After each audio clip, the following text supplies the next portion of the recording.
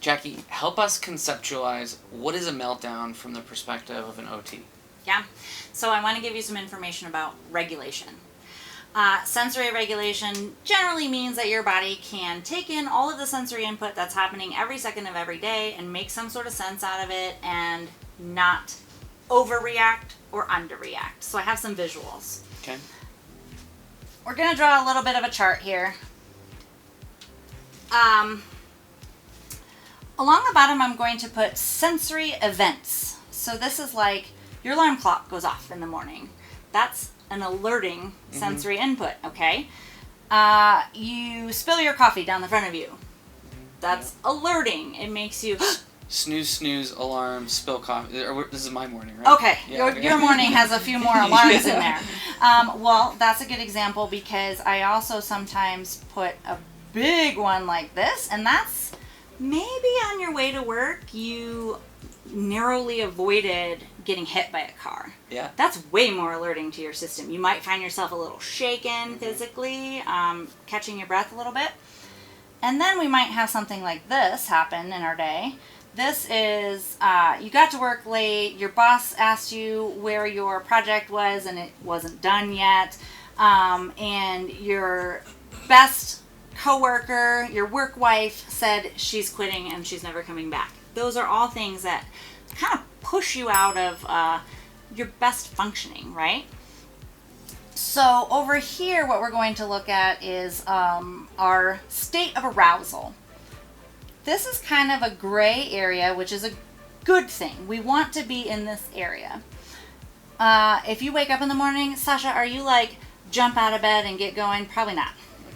So you're down here. Your state of arousal is low. You're like an Eeyore. That car crash just wakes me up. That's okay. All. Yeah. So this is like, the alarm went off, but it didn't do much for you. Yeah. And the coffee spilled on you, but like, you're still not really functioning well. Yeah. Narrowly avoiding being hit by a car maybe pushed you up like this, and then these work things were like, wah! Okay? Maybe after all this occurs, you're going to get through the rest of your day just fine. There are children who wake up in the morning all the way up here, and one sensory event pushes them out of their optimal functioning. And then another event. They recover slightly, but they get pushed up again. Then a bigger event. You see what's happening here? Mm-hmm. They don't recover enough from the moment they wake up to spend any of their day in this optimal functioning range. Let me just clarify this. This vertical axis, this is my sensory input, or is this kind of like my mental awareness? What is this? This is your state of arousal. Okay. So do you feel functioning? Mm-hmm. Do you feel on edge? Do you feel kind of sluggish and foggy? Essentially. Mm-hmm. Another good way to think of this is fight or flight is up here. That's another good phrase to use when I describe to parents what regulation means and how their system, how a child's system looks throughout the day based on sensory events. Fight or flight. My life is in danger. Do something. Yeah. It's instinct. You're not thinking with your logical, rational judgment part of your brain. Mm-hmm. You're acting out of your primitive brain. Fight or flight, survive. Get out of here, something's dangerous. A child might think that a peer at school bumping into them is dangerous, and they might respond by spinning around and punching that kid in the nose because their state of arousal is way up here. They're in fight or flight, and some children spend the whole day in fight or flight. We also have kids who are under-aroused all day long, and they might never really be learning or interacting at their best because they need more sensory input to get them to hear. Now, I like to encourage families to think about what can we do to pull down.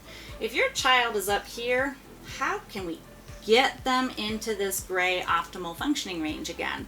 That's where heavy work, swinging, different types of OT activities, or a sensory diet throughout the day can help children maintain more optimal functioning.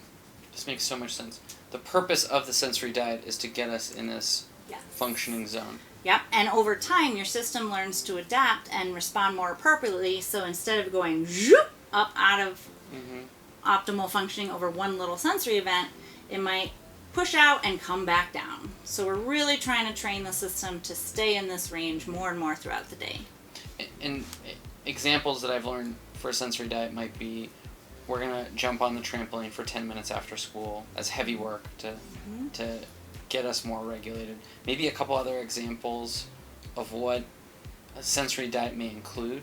Right. So your occupational therapist who evaluates your child and finds the specific needs of their sensory system is going to be able to best develop a sensory diet for your child. That's part of OT, is to figure out what are these activities that should comprise the diet. You can Google sensory diet activities and find 1,000,001 things on the internet, but if you haven't had an OT looking into your child's central nervous system functioning, you might be doing a lot of trial and error, and you might actually get your child up here instead by accident. Makes total sense.